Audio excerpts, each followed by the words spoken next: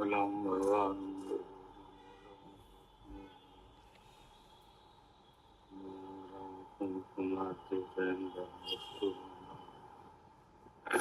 सर्वमंगल मंगलम सर्व कल्याण कारकम सर्वनाम सर्वधर्माणाम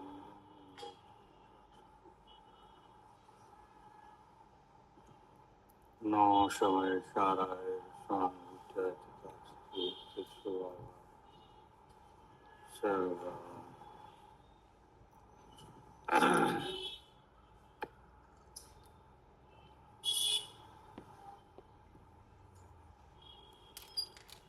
ये समय सारथी ग्रंथ है और इसमें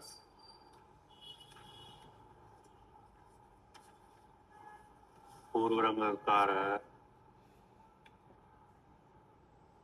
और गाथा नंबर है 11।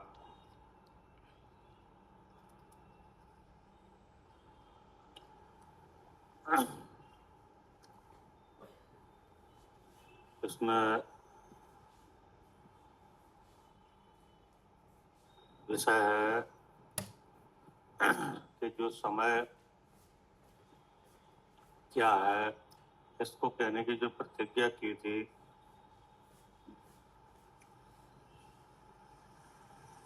उसमें जो समय है उसका लक्षण पहली गाथा में बता दिया कि वह समय है सो जीव नामक द्रव्य है और उसका लक्षण है ध्रुव अचल और अनुपम।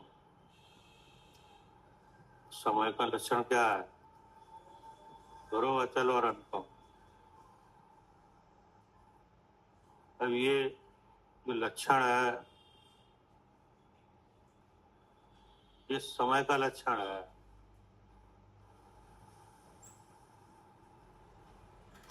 अर्थात जीव द्रव का। जीव द्रव का मतलब है कि आत्मा का। किसका लक्षण है? आत्मा का लक्षण है। और आत्मा का मतलब मेरा। अब जब हम इस लक्षण से अपने स्वरूप का ज्ञान करें तो हमको भगवान की वाणी का आलम्बन लेना पड़ता है, क्योंकि भगवान की वाणी से ही ये लक्षण मिले हैं समय के।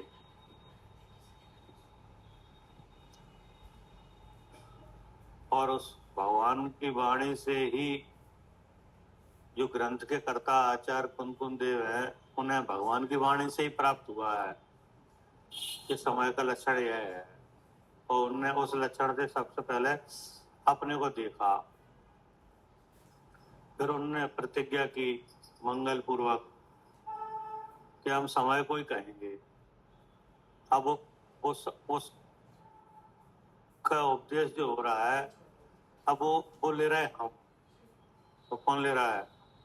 हम ले रहे हैं उस उपदेश को।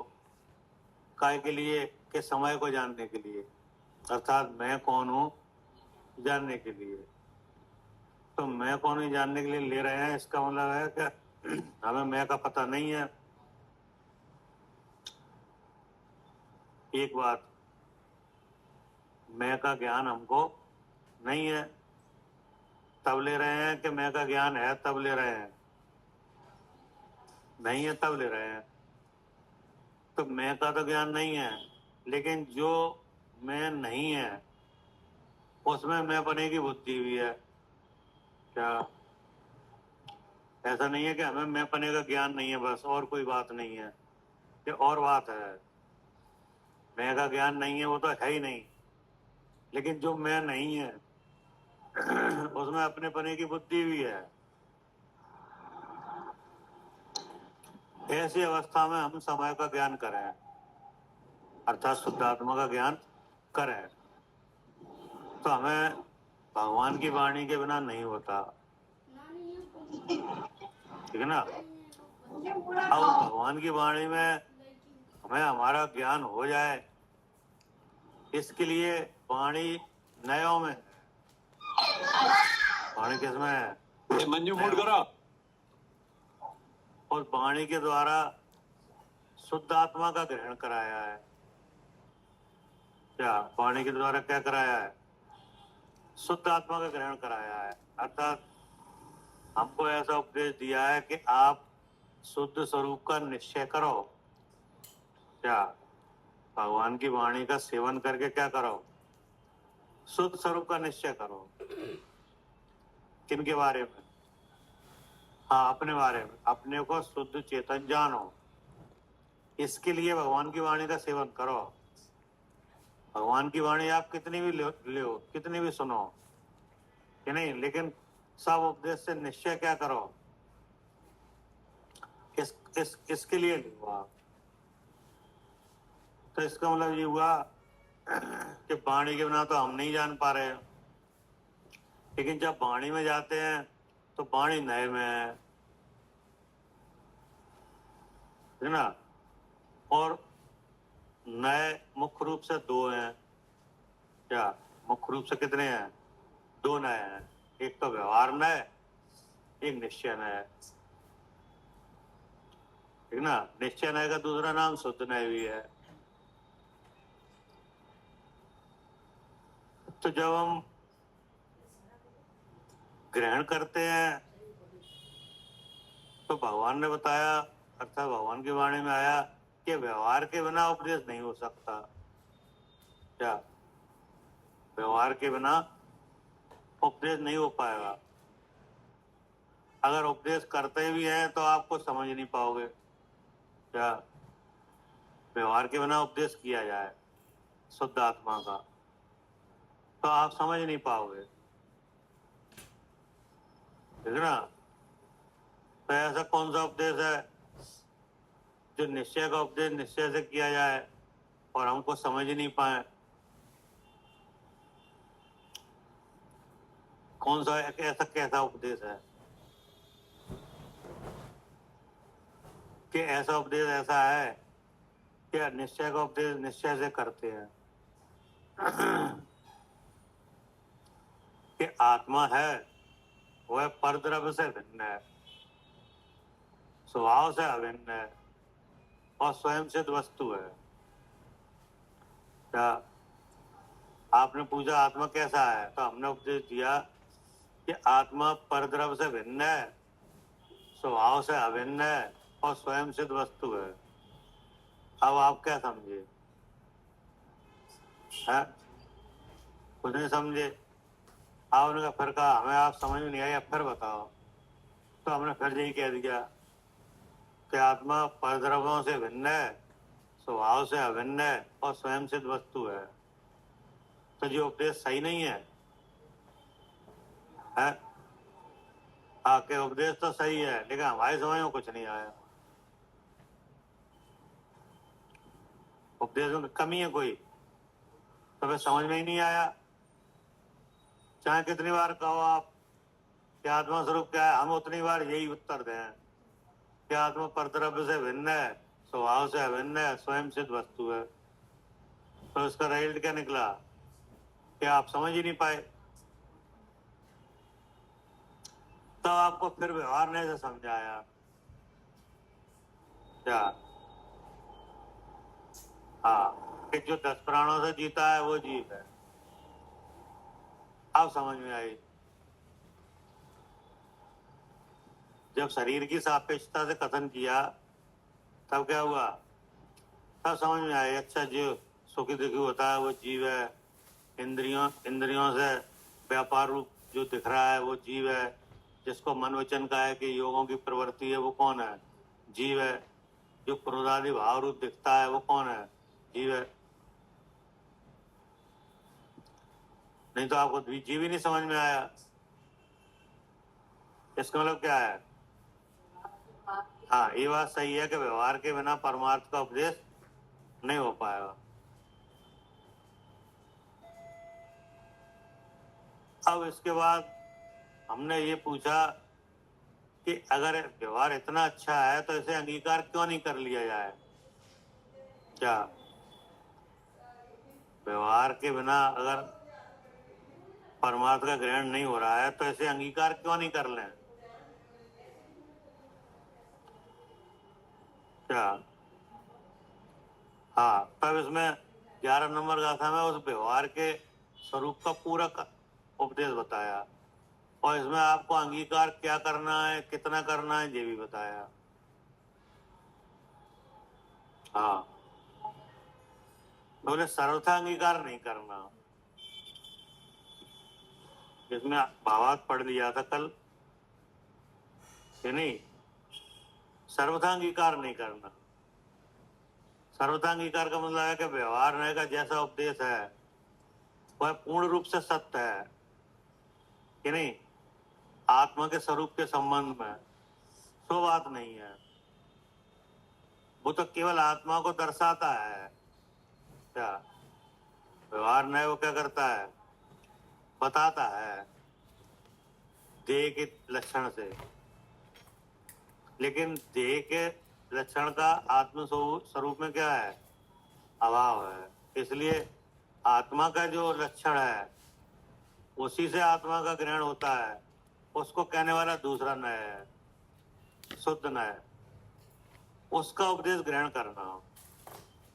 क्या? क्योंकि ऐसा उपदेश प्रयोजनवश है। ऐसा उपदेश क्यों है? प्रयोजनवश। तो प्रयोजन क्या है? कि सब जीवों का एक ही प्रयोजन है। हमारा क्या प्रयोजन है? कि हमारा प्रयोजन अगर आप हमसे पूछोगे तो हमारा प्रयोजन सुखी होने का है। आपसे पूछोगे तो आप भी यही कहोगे। तो सब जीवों का प्रयोजन क्या है? सुखी होने का। अब सुख कहाँ है? कि सुख किस द्रव्य में सुख है? जीव द्रव्य में। अब वो जीव द्रव्य कहाँ है? देह में। तो अगर उस देह से भिन्न है क्या? भिन्न है, भिन्न है। तो अगर उस भिन्न का ज्ञान किया जाए, भिन्न का क्या किया जाए? ज्ञान किया जाए तो सुख हो सकता है, और अगर नहीं किया जाए तो नहीं हो पाएगा। तो चाहे आप कितना पढ़ लो, चाहे कुछ कर लो, तो प्रयोजन क्या है? सुखी होना। तो सुखी होने का प्रयोजन है, और सुख वाली वस्तु तक पहुंचाने का प्रयोजन किसका है? कि सुख वाली वस्तु तक पहुंचाने का प्रयोजन है जिनवाणी का। हाँ, अब उस जिनवाणी में दो नय है।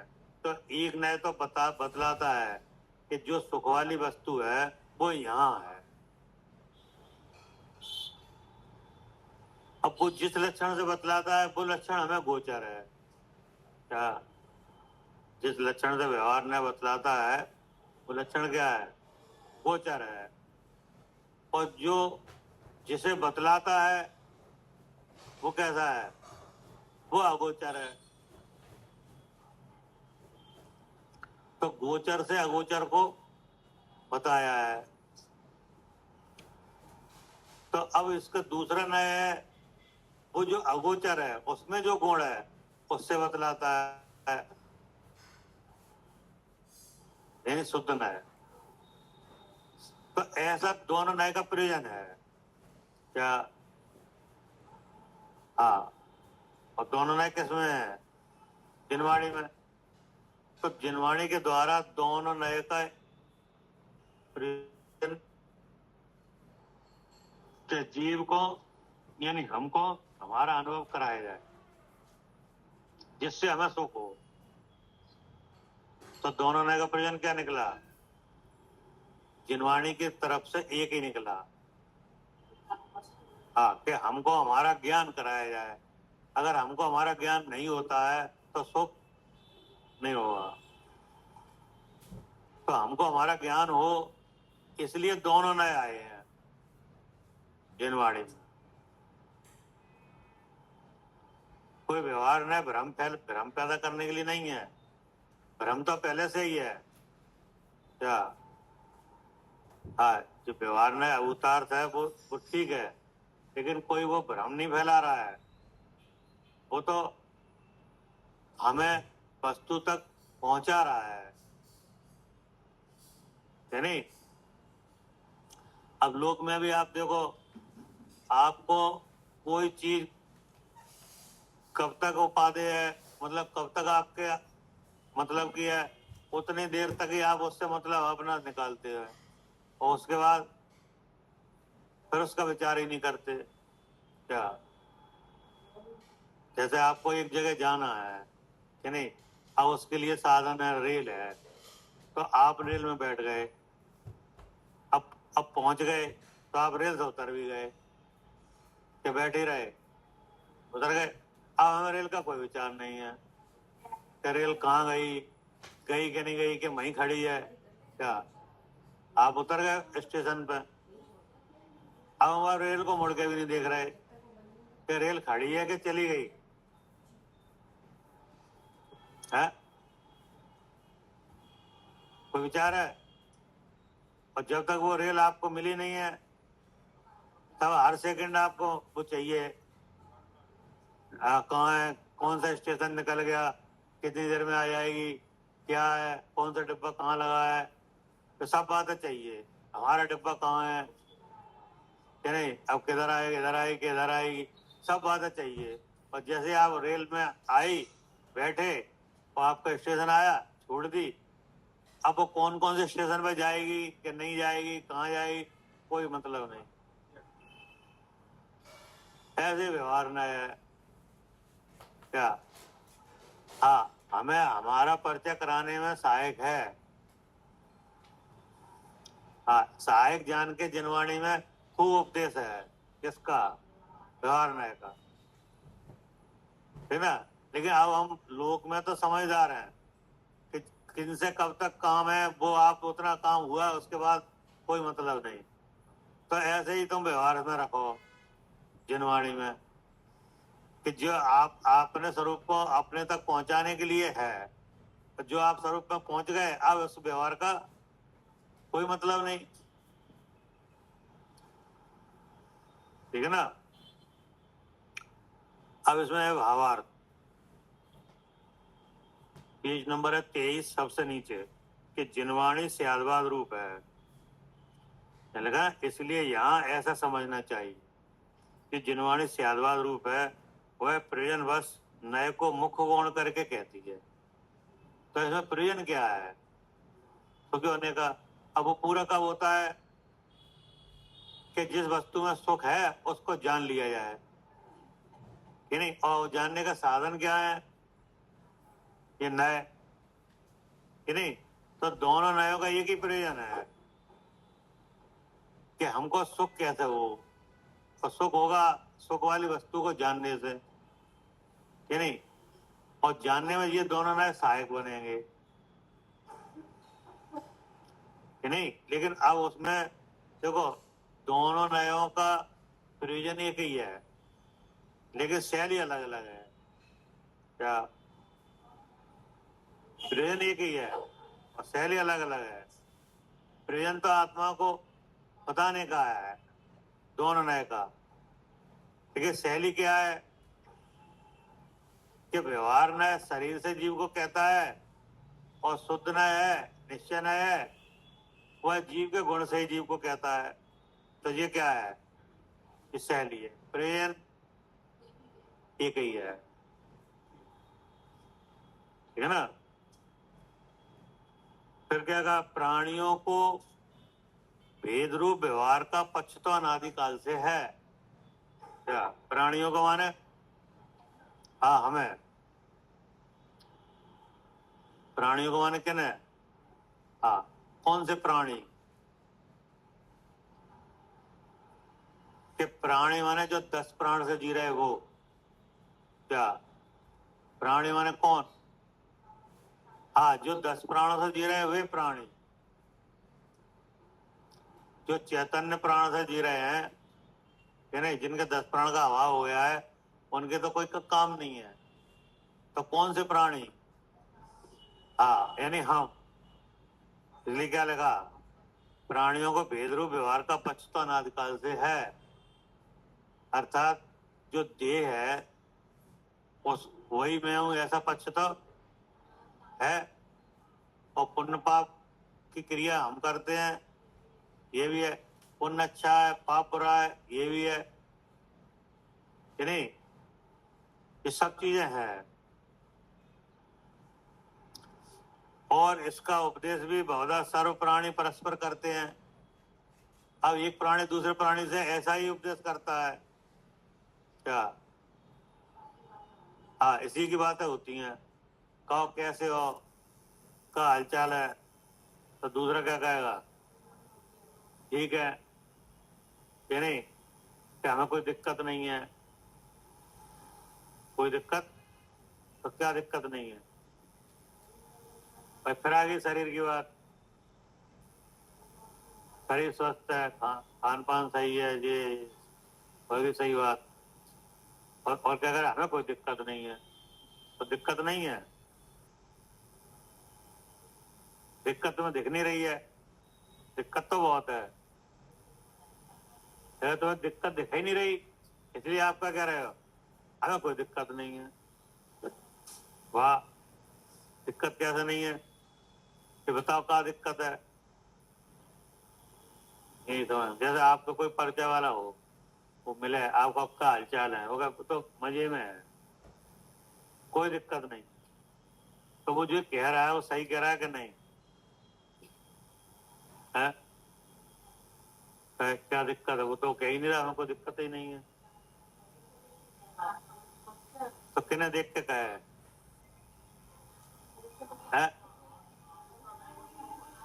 तो स्वरूप को देख के कहे तब दिक्कत दिखाई देगी। तो कोई दिक्कत नहीं। दिक्कत कहाँ है?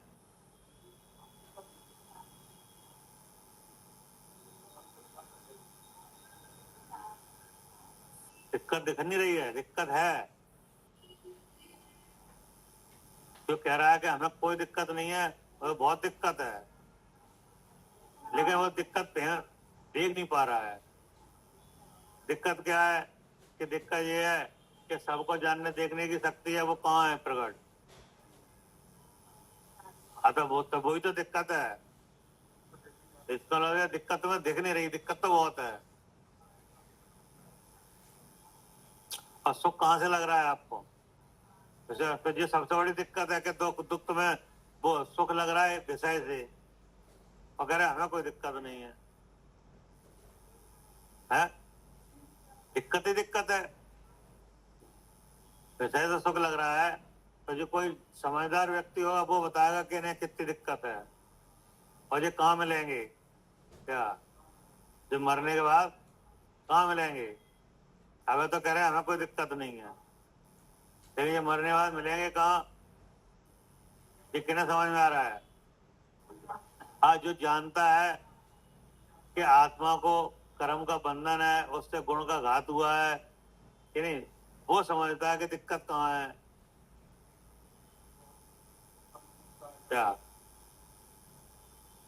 लेकिन जहाँ समझ में नहीं आता वो तो जगह हमें कोई दिक्कत ही नहीं है। हाँ, भूख लगती है, खूब खाना खाते हैं और खूब सोते हैं, हैं? हाँ, सब तो करे हमें कोई दिक्कत नहीं। दिक्कत बहुत है। क्या भूख लगती कि नहीं? कि हाँ भूख लगती है, तो वो सबसे बड़ी दिक्कत यही है कि जी भूख लगती है, और भूख किन्हें लगती है? जो वहां दिक्कत है। तो इसको मतलब तुम्हें दिक्कत समझ में आ नहीं रही है।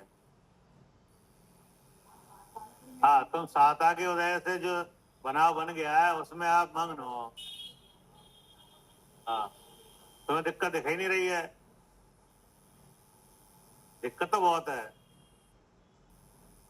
तो ये बात कौन समझता है कि जो जानकार है, जो कर्म का संबंध होने से क्या होता है कि नहीं, आत्मा के घात होता है कि नहीं, और मिथ्या भाव से क्या होता है, वो जो सब चीज जानता है, उसको पता है कि बहुत दिक्कत है। अगर दिक्कत नहीं होती और दिक्कत की जानकारी नहीं होती, तो जो तीर्थंकर हैं वो राजपाट छोड़ के संयम का धारण क्यों करते? तो सब जानते थे कि नहीं, और उनके पास कोई कमी नहीं है, देव उनके सेवक हैं। क्या? हाँ, और फिर भी उन्हें क्या, फिर संतुष्टि नहीं हुई उस राजपाट में, शरीर में है। हाँ, अगर संसार विषय सुख होता तो तीर्थंकर क्यों तजते? क्या काय को शिव साधन करते और संयम से आचरते? जब मिथ्या भाव नहीं है तब भी उन्हें दिक्कत लग रही है कि यहाँ सही नहीं है। क्या कब? जब मिथ्या भाव नहीं है तो अभी संतुष्टि नहीं है। उन्हें मालूम है कि आत्मा के स्वभाव के घातक जो घातीय कर्म है जो विराजमान है, इनसे स्वभाव का घात हो रहा है कि नहीं। तो स्वभाव का आनंद लेने के लिए उन्हें वो भी दिक्कत लग रही थी जो इंद्रिय ज्ञान वगैरह है। इसलिए क्या किया, संयम धारण करके स्वभाव का आश्रय लिया। स्वभाव का आश्रय लेने के लिए ही संयम धारण किया और वे दिक्कतें भी खत्म कर ली कि नहीं, और आनंद चतुष्टय रूप विराजमान हुए। अब कोई दिक्कत नहीं है। हाँ, जहां अनंत चतुष्टय रूप विराजमान हुए अब वास्तव में कोई दिक्कत नहीं है। इसके पहले दिक्कत है। हाँ, और जहां मोह विराजमान है वहां दिक्कत ही दिक्कत है। तो जब तक स्वभाव प्रकट नहीं हो जाए, हाँ, तब तक संतुष्ट नहीं होना, तब तक संतुष्ट नहीं होना। हाँ, जब तक स्वभाव प्रकट नहीं हो जाए, जब तक आत्मा के गुण को घात करने वाले घातीय कर्म नष्ट नहीं हो जाए, तब तक संतुष्ट नहीं होना, चाहे कोई सहयोग बन जाए। क्या? हाँ, उन जितने संयोग तो किसी को नहीं हुए। तीर्थंकर प्रकृति बांध के जो विराजमान है कि नहीं, और राजा हैं जिनके सेवक देव हैं। क्या? जिनके सेवक कौन है? देव हैं, जिनका खान पान देवलोक से आता है कि नहीं। ग्रस्त अवस्था में उनका खान पान कहाँ से चल रहा है? देवलोक से। उन्हें भी संतुष्टि नहीं हुई है। हाँ, उन्हें दिक्कत दिख रही थी। ये दिक्कत कहाँ है? इसलिए ये संयोग सब कर्म से निर्मित है। क्या? ये चक्रवर्ती वगैरह के पद हैं, ये सब क्या है? कर्म से निर्मित है। बोले हाँ, और आत्मा के गुण के घातीय कर्म विराजमान है। तो जब तक वो नष्ट नहीं हो जाए और स्वभाव प्रकट नहीं हो जाए, तब तक उन्हें संतुष्टि है ही नहीं। इसलिए उपाय कर रहे हैं, उपाय में विराजमान है, उपाय करते हुए देखे जा रहे हैं। क्या? अगर कोई उपाय करते हुए दिख रहा है, इसका मतलब कोई ना कोई बात तो है। हाँ, जैसे मुनराज हैं, वे 28 मूल गुण का आचरण करके विराजमान है, ध्यान आदि क्रिया में आरूढ़ है कि नहीं, क्रिया आदि समिति से गमन आदि हैं जिनके, तो ये प्रवृत्ति दिख रही कि नहीं? इसका मतलब क्या है? हाँ, अभी दिक्कत है कि नहीं, घातीय कर्म विराजमान है, ठीक है ना। तो अब उनसे नीचे तो दिक्कत ही दिक्कत है, और अब अपना देखो तो वहां दिक्कत है, क्योंकि मुनराज के मोह नहीं है, देश वृत्ति के मोह नहीं है, अवरत सम्यदृष्टि के मोह नहीं है, फिर भी वे प्रवृत्ति में दिख रहे हैं, यानी उन्हें दिक्कत दिख रही है। दिक्कत हम में है, ये बात नहीं है, लेकिन हमारे पास दिक्कत है। क्या? वो हमारे स्वभाव में ठहरने नहीं दे रही है। जिस बात का ज्ञान है, इसलिए उपाय कर रहे हैं। हाँ, अब हमारे पास तो मिथ्यात्व भी है, वही है, वो जानने नहीं दे रहा। ठहरने की बात तो बहुत दूर है। अभी तो जानने नहीं दे रहा है, क्या नहीं? हाँ, अब ये बात सही है कि अगर प्रवृत्ति नहीं दिख रही है, इसका मतलब अब दिक्कत नहीं। जैसे केवली भगवान है, वे कहीं प्रवृत्ति में नहीं, उनके कहीं कोई प्रवृत्ति नहीं दिख रही जिसमें उपयोग लगे है। हाँ, प्रवृत्ति माने जिसमें उपयोग लगे है, ऐसी। हाँ, तो अब ऐसी दशा में अब कह सकते हैं कि कोई दिक्कत नहीं है। हाँ, देख, अरहंत और सिद्ध ये दो पद हैं, अरहंत पद और सिद्ध पद। यहाँ आत्मा की कोई प्रवृत्ति नहीं है, उपयोग रूप,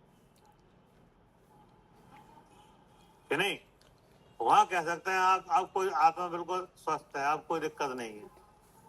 हाँ हाँ, अब जो अनंत में जो प्रवृत्ति हमें दिखाई दे रही है वो बिना चेष्टा के है। हाँ, वो तो केवल मात्र कर्म के सद्भाव से ही है, उसमें उपयोग का व्यापार भी नहीं है, नहीं? वहां तो कर्म उदय होकर निकल रहा है, निर्जरा हो रही है, मतलब कर्म की उदय होकर क्या हो रही है? निर्जरा हो रही है। उदय और क्षय, तो ये उदय और क्षय ये दो चीजें कहाँ हैं?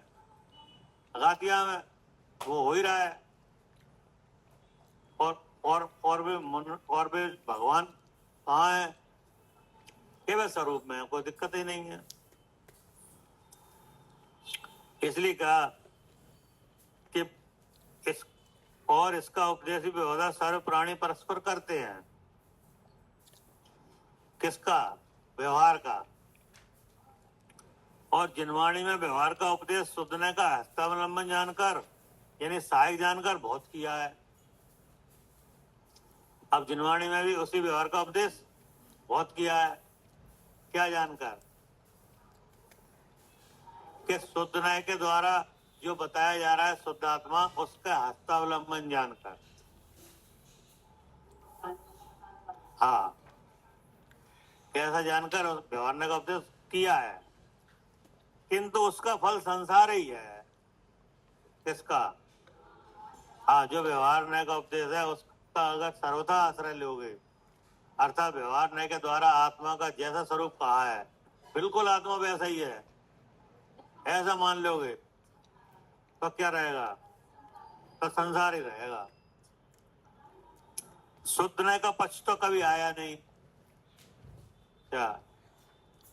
लेकिन आत्मा का यथार्थ स्वरूप जानने के लिए एक दूसरा न्याय है, उसकी बात तो कभी आई नहीं, कि नहीं? कैसे? कि परस्पर प्राणी उसी का आश्रय ले रहे हैं, व्यवहार का ही, और जिनवाणी में भी हाँ उस व्यवहार को निश्चय का प्रतिपादक जान के आश्रय लिया भी है, तो वो व्यवहार परस्पर प्राणी करते भी देखे जा रहे हैं और जिनवाणी में व्यवहार ने का आश्रय लेके कथन कर रही है, कि नहीं? जो चार अनुयोग रूप है ना, उनमें तीन अनुयोग तो पूरे हाँ व्यवहार न्याय के ही उपदेश वाले, कि नहीं? हाँ, लेकिन आचार्य कह रहे हैं कि उसका फल संसार है।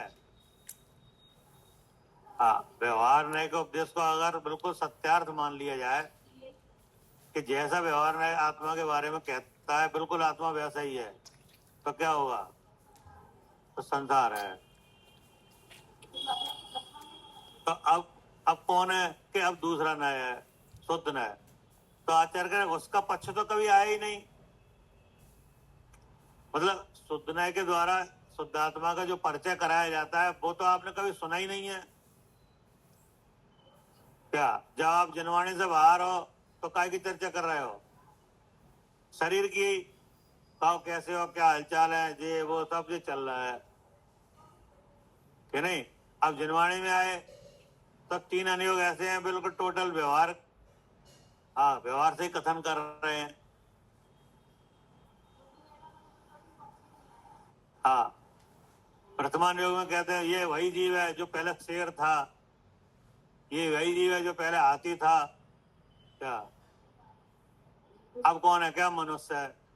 तो देखो अगर फिर वही शरीर से ही बात हो रही है क्या?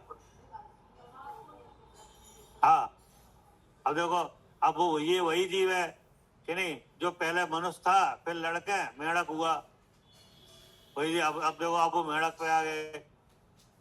लेकिन इसने यहाँ ऐसा भगवान की भक्ति करी कि नहीं, और भक्ति में प्राण भी चले गए तो देव बन गया। तो आप देखो उसके उस भाव को ऊंचा दिखाया। तो अब आपने जब मेढक इतनी भक्ति कर सकता तो हम तो और ज्यादा कर सकते हैं, तो तुम लग गए कायम है। अब हम देव बने जाए तो बोले फिर आ गए तुम संसार में।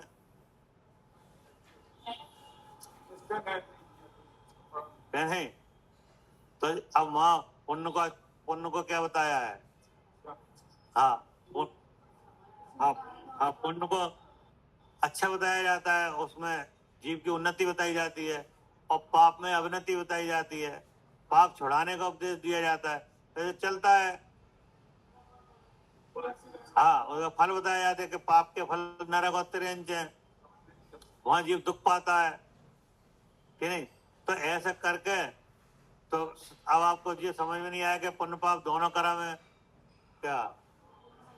अब ये समझ में नहीं आया तो आप उसमें लग गए, अपने आप संसार हो जाएगा। लेकिन शुद्धने का पक्ष तो कभी आया ही नहीं। आपने जो बात सुनी नहीं कि पुण्य पाप दोनों कर्म है, और ये कर्म कैसे है? बंदरू, बंदरू माने कि जी बंदरू माने जी किसी को बांधते भी हैं, ऐसे नहीं घूम रहे हैं। पुण्य पाप बाहर घूम रहे हैं, जो बांध के रखते हैं किन्हें? अजीव को, लेकिन जीव से दूर है। तो ऐसा ऐसा कहने वाला कौन है? हाँ, तो बोले ये तो तुमने कभी सुना ही नहीं है।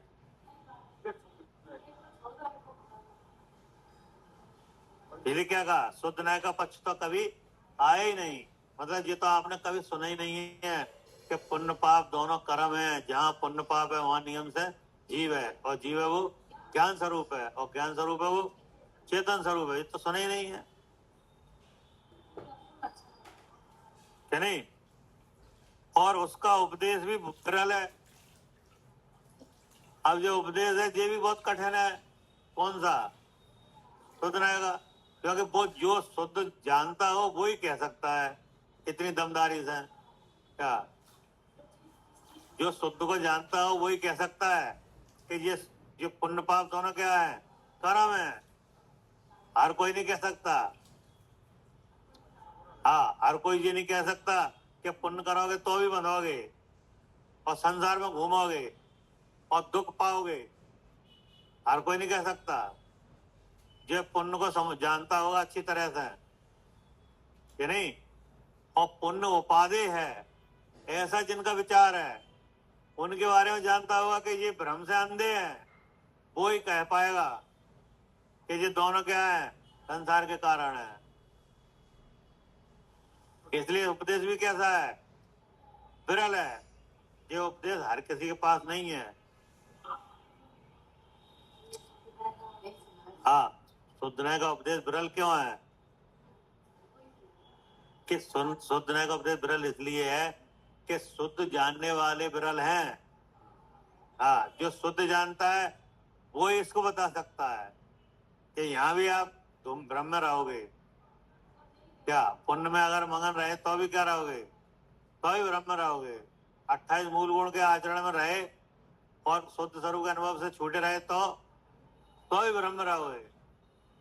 ये कौन कह सकता है? हाँ, जो जानता होगा निश्चय मोक्ष मार्ग जिसके प्रकट हुआ है वही कह पाएगा ये बात। क्या? हाँ, जैसे दिखाई नहीं रहा है मार्ग वो कैसे कहेगा? इसलिए क्या हो रहा है जी? विरल। पहले तो निश्चय मोक्ष मार्ग के जिन्हें प्रकट हुआ है वे जीव ही थोड़े हैं, और सो भी इस समय तो हाँ दिखाई नहीं दे रहा कोई। तो हो गया क्या नहीं विरल? जब जिनको मार्ग प्रकट नहीं हुआ है तो वे मार्ग का प्रकाश कैसे कर सकते हैं? जैसे खुद नहीं मालूम है वो सच्चा मार्ग कैसे दिखा पाएगा? इसलिए क्या हो गया? हाँ विरल हो गया, अपने आप ही विरल हो गया। ये क्या विरल किसी ने किया नहीं है, अपने आप ही विरल हो गया है। जैसे तीर्थंकर यहाँ विराजमान थे तब ये विरल नहीं था। क्या? हाँ तब तो समोसन लगता था, गणधर विराजमान है, आचार्य विराजमान है, फिर कुछ भी पूछना हो तुरंत पूछो, है नहीं? लेकिन जैसे ही उनका अभाव हुआ वहीं से क्या हो गया? वही विरल होता चला गया। अब आज ये हालत हो गई है। क्या हालत हो गई? हाँ कि ना जानने वाले दिखाई दे रहे हैं और ना बताने वाले, बल्कि विरोध करने वाले खूब दिख रहे हैं। काय का विरोध? हाँ शुद्धनाय का जो कथन है ना उसका विरोध। तो अपने आप क्या हो गया? विरल हो गया। ये लिखा है कि शुद्धनाय का पक्ष तो कभी आया नहीं और उसका उपदेश भी विरल है, वह कहीं कहीं पाया जाता है। हाँ परस्पर प्राणी जो आप चर्चा करते हैं वो तो हर जगह पाई जा रही है। हाँ लेकिन आत्मा शुद्ध है, ऐसी चर्चा है, ऐसे ग्रंथ हाँ कहीं कहीं मिल रहे हैं, है नहीं? अब ग्रंथों में चर्चा रहे मतलब है भी तो कोई निकाल ही नहीं पा रहा है कि इसमें आत्मा शुद्ध है, वो लिखा है, है? ग्रंथ में है तो निकाल नहीं पा रहे, तो ये ग्रंथ तो कुछ जानता नहीं है। क्या? हाँ अरे अरे शास्त्र है नहीं ज्ञान, क्योंकि शास्त्र कुछ जाने नहीं। अब इसमें आत्मा शुद्ध लिखा है, ये कौन जान है? तो कोई जानने वाला वही जान है, तो जिसे शुद्धना आता हो वही दिखे, उसे ही दिखेगा। क्या भाई? जैसे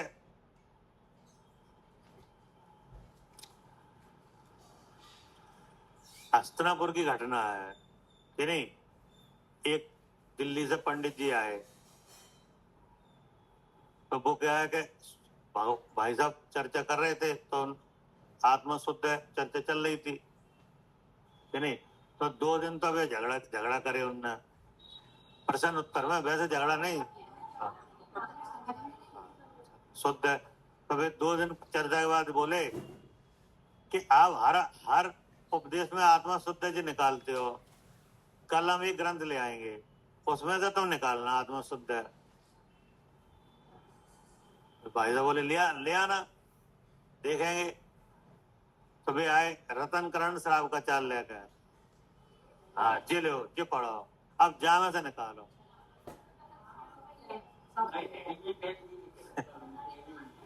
है कहाँ लिखा है? कहाँ लिखा है? कहाँ लिखा है? तो तुम नहीं जान रहे, तो तुम नहीं पकड़ पा रहे। रतन करण साहब का चाहे ग्रंथ लेके आए और फिर बोले जामे से निकालो आत्मा शुद्ध। कहाँ से? का नाम है? हाँ तो रतन माने 3 रतन कौन कौन से?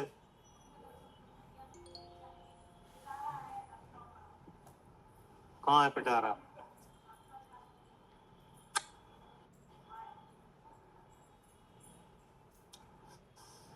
क्या रत्न है आत्मा कि नहीं, और करंड माने डिब्बा जिसमें ये रतन रखा है। करण माने डिब्बा और रतन माने, हाँ, क्या वो रतन जिस डिब्बे में रखा है उसका नाम करण है कि नहीं? और रतन माने आत्मा और करण माने डिब्बा जिसमें वो रतन रखा है। अब उस रतन को लेना है, उस रतन को क्या करना है? प्राप्त करना है, अनुभव करना है। तो बोले अगर आपको रतन का अनुभव करना है तो डिब्बे में श्रावक का आचार चाहिए। हाँ, उस डिब्बे में श्रावक का आचार चाहिए। हाँ, इस डिब्बे में तो वो रतन मिल जाएगा। हवाई समझ में? हाँ, इस डिब्बे में अगर श्रावक का आचार आएगा तो रतन मिल जाएगा।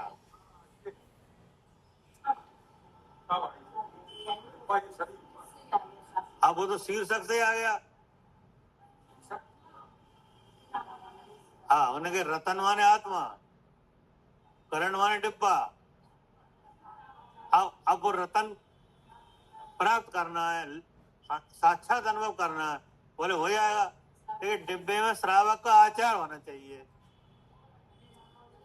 तो हो जाएगा। और अगर डिब्बे में श्रावक का आचार नहीं आया तो नहीं होगा। उसकी विधि है शास्त्र में, जैसा हो गया अर्थ।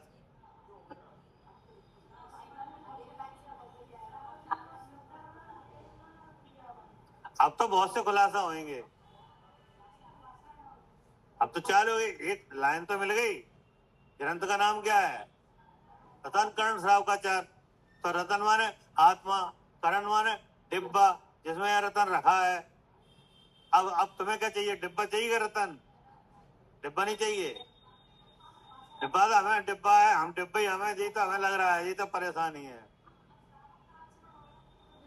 हाँ, अब इसमें अगर श्रावक का आचरण आ जाए डिब्बे में मिल जाए। अब डिब्बे के भाव है मन वचन काया। डिब्बे के भाव क्या है? मन वचन काया।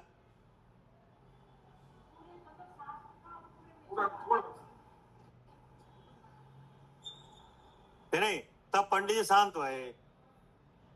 उनके पास आखिरी तीर था वो। हाँ, होने के साथ जो तो हर चीज में आत्मा शुद्ध है। बोले अब निखारा आत्मा शुद्ध।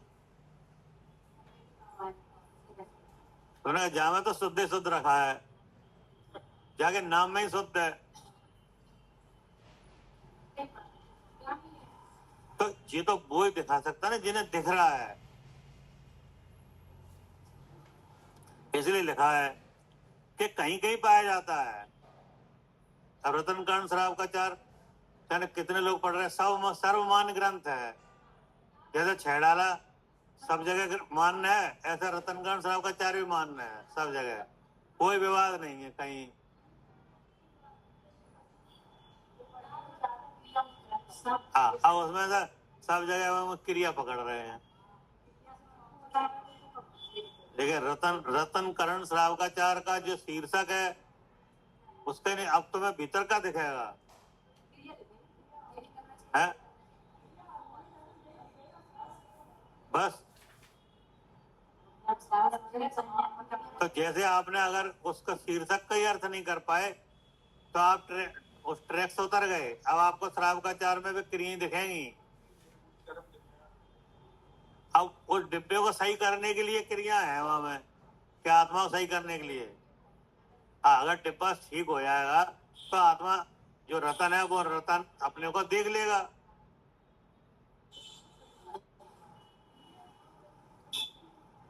नहीं, अब जो डिब्बा है उसमें आचरण है कुगुरु कुदेव कुधर्म का। अब रतन कैसे दिखे? डिब्बे में आचरण का है कुरु कुदेव कुधर्म के सेवन का। अर्थात रतन वो डिब्बे में जो बुद्धि है नहीं। अब बुद्धि में देव का निश्चय नहीं है नहीं। कुदेवों में देव की बुद्धि है, कुगुरु में गुरु की बुद्धि है, और कुशास्त्र में शास्त्र की बुद्धि है। अब बता कहां से रतन दिखे? तो वहां कुगुरु कुदेव कुधर्म का स्वरूप बताया, उनका निषेध बताया कि इनका सेवन मत करना, इनका करना नहीं, तब डिब्बा सही होगा। अर्थात डिब्बे में जो बुद्धि है वो सुधरेगी। तो बुद्धि सुधरेगी तो भाषा ही सुधर जाएगी, और आचरण तो सुधर।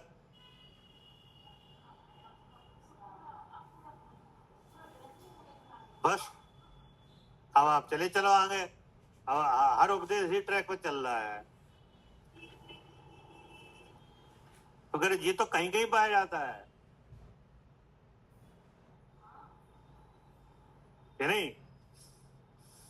इसलिए उपकारी श्री गुरु ने शुद्ध नय के ग्रहण का फल मोक्ष जानकर उसका उपदेश प्रधानता से दिया है। क्या कहां पे दिया है कि इस समय सार ग्रंथ में शुद्ध नय का उपदेश श्री गुरु ने मोक्ष का उसका फल मोक्ष जान के दिया है। क्या क्या लिखा है? इसलिए उपकारी, उपकारी कौन है? श्री गुरु। श्री गुरु माने जिन श्री माने जिन्हें केवल ज्ञान है, श्री गुरु। तो श्री गुरु कौन है? के श्री माने जो बड़े हैं गुणों में, क्या है? बहुत बड़े हैं। कितने बड़े हैं? कि केवल ज्ञान है, जिनके ज्ञान में पूरा लोकालोक प्रकट प्रत्यक्ष जानने में आ रहा है। ऐसे जो गुरु हैं कि नहीं, उनने उपकारी श्री गुरु ने शुद्ध नय के ग्रहण का फल, क्या शुद्ध नय के ग्रहण माने क्या? कि शुद्ध नय के उपदेश से कहा हुआ जो शुद्ध आत्मा, शुद्ध नय का ग्रहण माने क्या? शुद्ध नय के उपदेश से कहा हुआ जो शुद्ध आत्मा, उसका अनुभव, उसका फल मोक्ष जान के, क्या मोक्ष जानकर उसका उपदेश प्रधानता से दिया है। किसका उपदेश? शुद्ध नय। कि शुद्ध नय भूतार्थ है, अर्थात शुद्ध नय जैसा उपदेश देता है आत्मा का स्वरूप वैसा है। सत्यार्थ है। इसका आश्रय लेने से सम्य दृष्टि हो सकता है। क्या होता है? हो सकता माने अगर आश्रय ले तो, और पढ़ के किताब बंद कर दे तो है, तो कब होगा?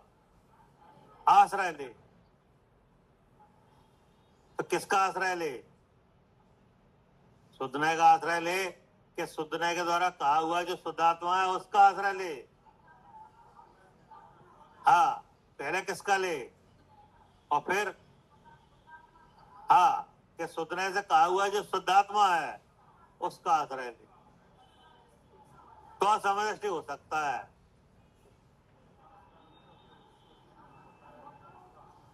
ठीक ना? इसे जाने बिना जब तक जीव व्यवहार नय में मग्न है, किसे जाने बिना? शुद्ध नय को जाने बिना, और शुद्ध नय के द्वारा कहा हुआ है जो शुद्धात्मा उसे जाने बिना। जब तक जीव व्यवहार नय में मग्न है, तो व्यवहार नय में मग्न माने व्यवहार नय में मग्न है मतलब दया, दान, पूजा, व्रत, शील, संयम में मग्न है। ठीक ना?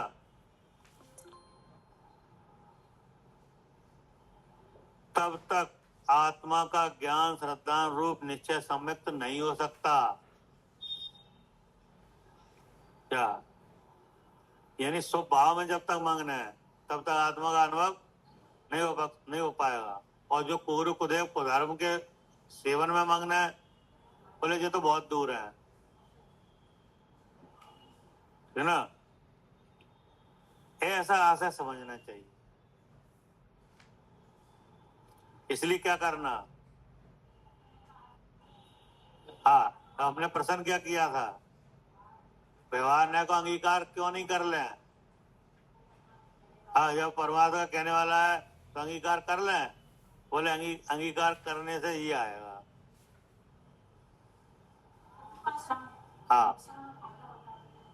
आपको नुकसान बता दिया, लेकिन वह प्रतिपादक है। व्यवहार नय क्या है? निश्चय का प्रतिपादक है। ये बात सही है। तो उसे प्रतिपादक ही जान समझना। क्या तो जैसे आपका घर है, अब आप घर में रहते हो तो आपको ये मालूम है कि कौन व्यक्ति कहां तक आ सकता है हमारे यहाँ, बस उसके बाद एंट्री नहीं है। नहीं समझ? हाँ, कौन दरवाजे तक कौन आ सकता है, जीना कौन चढ़ सकता है। हाँ हाँ, तो सबके आपका लिमिट है कि नहीं। हाँ, जैसे आपके यहाँ स्वीपर आए तो उसकी आपके घर तक आए तो कहाँ तक लिमिट है। हाँ, गेट, मेन गेट के बाहर कि मेन गेट के भीतर, बाहर ही। जो कोई तुम्हारा लेन देन सब बाहर कर देंगे और अपने जाओ।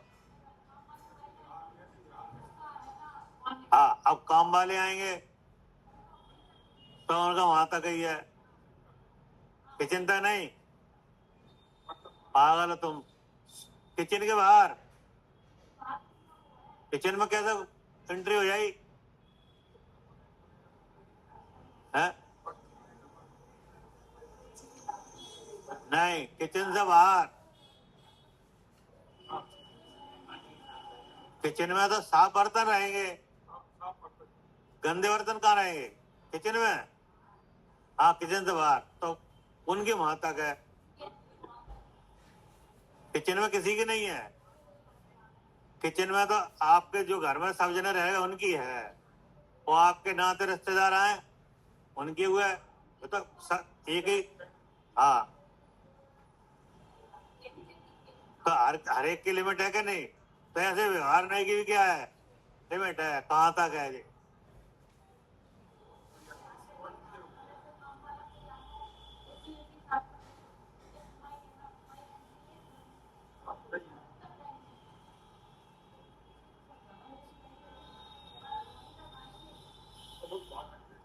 है का, अरे तो एक तो हिसाब ले तुम वहां खड़े रहोगे क्या, आप और कहीं चले जाओ वो अपने करता रहेगा सामने खड़े हो।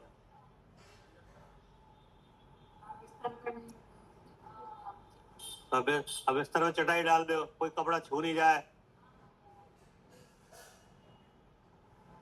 तो ये आपके जी मतलब प्रोपोर्शन है कि नहीं है। हाँ, लिमिट है। तो ऐसे व्यवहार नहीं की क्या है, एक लिमिट है। हर जगह एंट्री नहीं है, आत्म स्वभाव में एंट्री नहीं है किसकी। हाँ, व्यवहार नहीं की, क्योंकि वो आत्म स्वभाव को दूसरे से कहता है। क्या वो आत्मा का कथन कैसे करता है, शरीर से। तो बोले अगर उसे सर्वथा से अंगीकार करोगे तो उसका फल संसार आएगा। तो आत्मा का अनुभव ही नहीं कर सकते, आत्मा तो जान ही नहीं पाओगे। तो आत्मा को कैसा जानना है, शुद्ध। तो वो शुद्ध कहता कहाँ है, वो तो मिला के कथन करता है। तो बता, आपके पास इतनी हवा की लिमिट है, इमेज उतनी है कि वह दर्शाता है, दर्शित है। जहां जैसी अवस्था है वहां वैसा कहता है। क्या क्या करे डॉक्टर साहब, आत्मा की जैसी जहां अवस्था है, यानी हमारी जहां जैसी अवस्था है वैसा कथन करता है। अगर मिथ्या दशा है तो वह बतलाता है कि नहीं, शरीर संबंध है तो वह भी बतलाता है कि नहीं, ग्रस्त अवस्था है तो वह भी बताता है, त्रस स्थावर दोनों तरह की हिंसा नहीं रुकी है उसे भी बतलाता है। नहीं रुकने से परद्रव्यों के साथ संपर्क है क्या कि नहीं है, घर परिवार के साथ व्यापार के साथ संपर्क है तो वही भी बतलाता है कि नहीं बतलाता, बतलाता है। अब घर परिवार से संपर्क छूट गया, केवल संयमधारियों से संपर्क रहा तो उसे भी बतलाता है कि नहीं। जो 10 प्रकार का बहिरंग परिग्रह है उससे जब तक संपर्क रहता है उसको भी बतलाता है। क्या कि यह जीव अवृत्ति है, कैसा है, अवृत्ति। अब जैसा जैसा संबंध छूटता जाए वैसा वैसा कथन हो जाए, देशवृत्ति है, महावृत्ति है नहीं। अब कर्म से संबंध जैसा जैसा है वैसा बतलाता है कि ये 3 कसाय के संपर्क वाले हैं, संबंध वाले हैं, ये 2 कसाय वाले हैं, ये 1 कसाय वाले हैं। तो जहां जैसी अवस्था हो वैसा कथन करता है कौन, व्यवहार में। और यह अवस्था कैसे बदलेगी, इस अवस्था में किनका आलम्बन लें ये भी बतलाता है। हाँ, जहां मिथ्या दशा है तो कहता है आप देवसा गुरु के शरण में जाओ। हाँ, हमारा उत्थान कब होगा, देवसा गुरु के शरण में जाओ। अब देवसा गुरु के शरण में पहुंच गए, अब क्या कहता है कि अब कहता है कि तत्व श्रद्धान करो। तो तत्व श्रद्धान के लिए क्या करें कि आगम को पढ़ो, नहीं तो जैसी आपकी अवस्था है वैसे कथन होता चला जा रहा है। अब आगम पढ़ के आपने आत्मा को जान लिया, अब क्या कहता है कि जिसे अपने रूप से जाना उसमें स्थिर हो। अब स्थिर होने के लिए तुम्हें परद्रव्य का त्याग कराया जाता है, उसके कथन है, पूरा सिलेबस है क्रम से। हाँ, ठीक ना। तो वो हर जगह हमारी जो अभी क्या अवस्था है उसको दर्शाता है। लेकिन शुद्ध है वो ये कहता है कि हर अवस्था में जीव शुद्ध है। क्या, हाँ, शुद्ध क्या कहता है कि वो हर अवस्था में एक जैसा है। तो मिथ्या दृष्टि भी कैसा है? हाँ, कि मिथ्या दृष्टि भी शुद्ध है कि नहीं। मिथ्या तो बुद्धि में है, नहीं समझ में, मिथ्या भाव कहाँ है? हाँ, कि वो तो बुद्धि में है, मिथ्या भाव के साथ भी आत्मा ज्ञान स्वरूप है ये कहता है कि अगर मिथ्या भाव में आत्मा ज्ञान स्वरूप ना हो तो यह मिथ्या भाव है, ये कौन जाने है कि नहीं।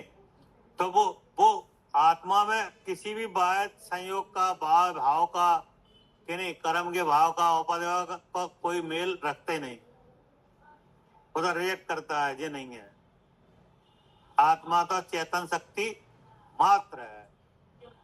हाँ, अब उस चैतन्य की शक्ति क्या है? सहज ज्ञान, इतना ही मात्र आत्मा है। अब वो सहज ज्ञान कैसा है? बस ऐसा जो आत्म स्वभाव है उसको ही आत्मा कहता है, बाकी और चीजों को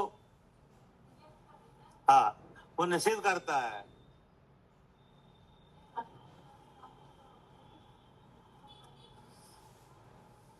इसलिए क्या है, अब आप समझ गए कितनी व्यवहार नहीं की कितनी इमेज है और कहां तक अंगीकार करना और किस लिए अंगीकार करना है नहीं। और अंगीकार का मतलब क्या है? तो अंगीकार का मतलब क्या है?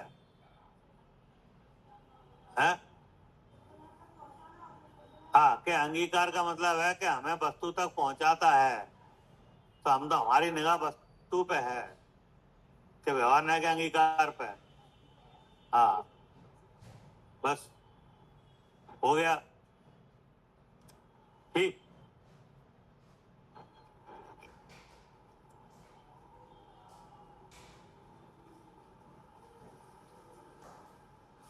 हाँ,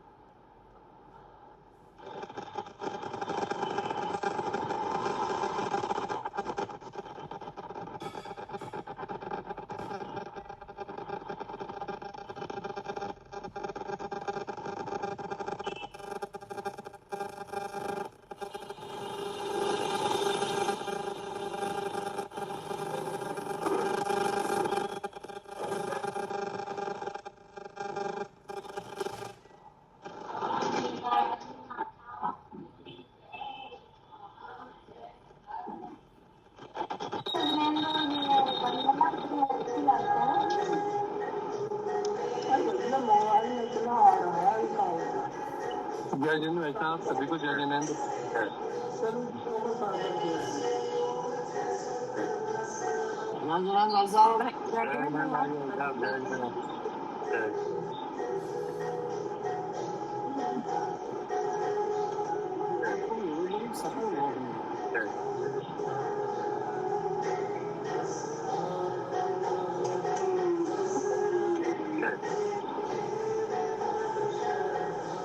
जय जगन्नाथ की भाई साहब।